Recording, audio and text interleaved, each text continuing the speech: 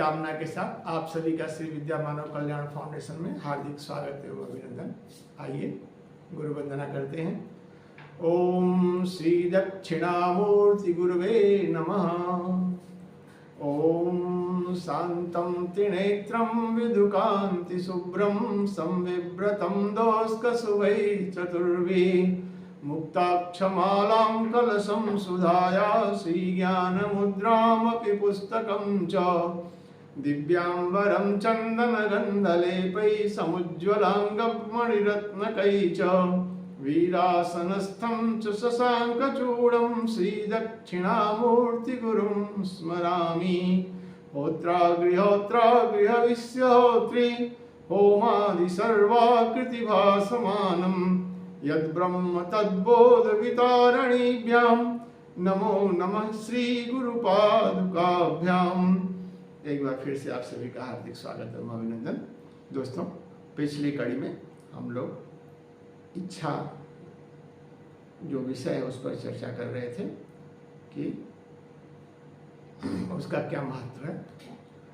तो उस कड़ी में हम लोगों ने इच्छा के दो विभाग किया था। तो सर्वप्रथम जो है वो दिव्य इच्छा पर चर्चा चल रही थी।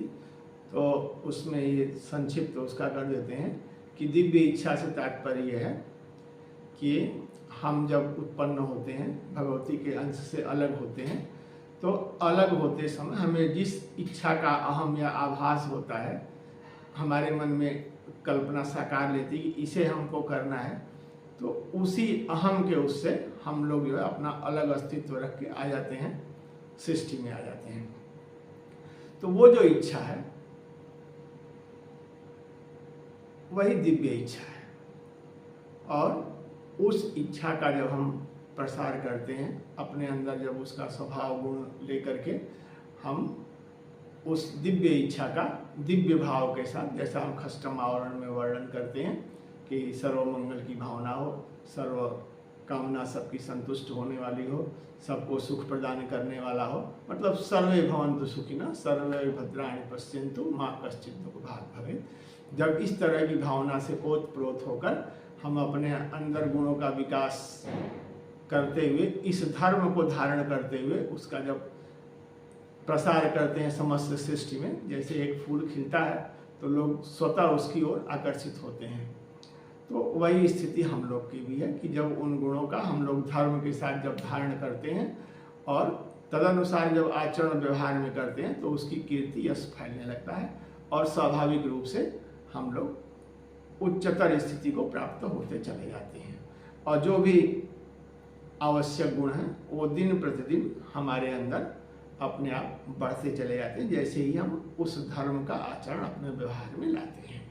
यानी जो कहा गया है, धृति क्षमा दमोस्तेय शौचम इंद्रिय निग्रह धी विद्या सत्यम अक्रोधो दशकम धर्म लक्षण। तो ये सब जो लक्षण हैं वो हम लोग के अंदर धीरे धीरे आने लगते हैं। और फिर भगवान ने जो गीता के एक अध्याय में कहा है, अहिंसा सत्यम अक्रोध त्यागः शांति अपैशुनम दया भूतेषु अलोलुप्तम मार्दवम हि अचापलम।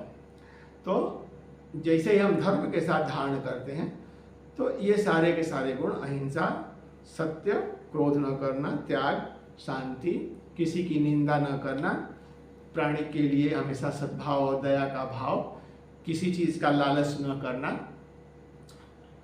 इत्यादि, ये सब जो भी गुण हैं वो जैसे ही हम धर्मनिष्ठ होते हैं दोस्तों, तो ये सब गुण बढ़ने लगते हैं और उसका परिणाम होता है कि हम धीरे धीरे उन्नति की ओर अग्रसर होने लगते हैं।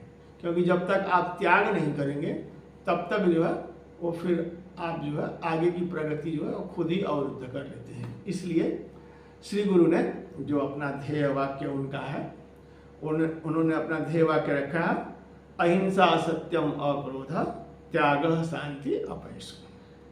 तो जब इस भाव को अपनाते हैं आप और तत्पश्चात इच्छा ज्ञान क्रिया से युक्त होकर के जब आप कार्य करते हैं दोस्तों, तो उसमें जो भगवती हैं, जो पराशक्ति हैं, वो आपको अभय देने के लिए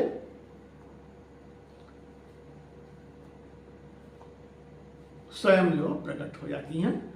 जैसा कि हमने एक श्लोक इसके पहले वाले अंक में सुनाया था, आदित्यमण्डलनिभां नरमुण्डमालां सोमाग्निसूर्यनयनां शिवचक्रनाथां खण्डेन्दुराजमुकुटां नवयौनवाढ्यां माणिक्यरत्नखचितारुणवस्त्रभूषां संलिप्तशोणितकुचद्वययुक्तदेहां मालास्वभीतिवरपुस्तकपाणिपद्मां बिन्दौ हि प्राप्तिसुभयोनिषु शैव शास्त्रे युक्तां स्मितां त्रिपुरभैरविकां नमामि।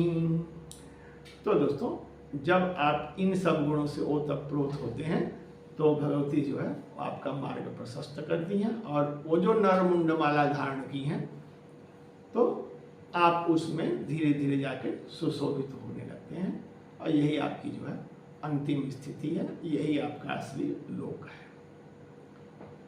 तो ये हो गया एक पक्ष, जिसमें कि हमने आपको बताया कि जैसे जैसे आप दिव्य इच्छा से होते हैं तो समस्त जितने भी अब तक हम लोग के क्रम में हम लोग गुण की चर्चा किए हैं, वो चाहे निधि हो, जिसमें हमने बताया था धैर्यम यस्य पिता क्षमा च जननी शांतिश्चिरम गेहिनी सत्यम सूनुरयम दया च भगिनी भ्राता मनः संयम शय्या भूमि तलम दिशोपि वसनम ज्ञानामृतम भोजनम।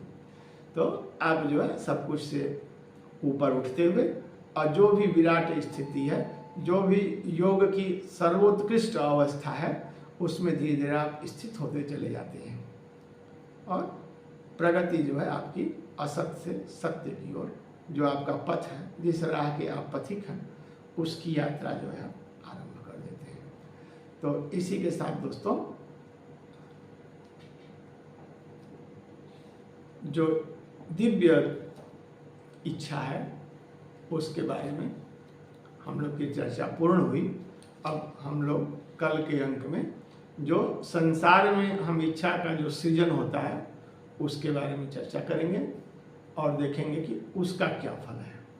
आज हमने देख लिया कि जो दिव्य इच्छा है उसका क्या परिणाम है, और वो हमें कहाँ तक पहुँचाती है। एक जो संसार में देख करके हम इच्छा अपना बनाते हैं, तो उसके परिणाम की चर्चा हम लोग कल करेंगे। अब आज यहीं विराम करते हैं। नमस्कार।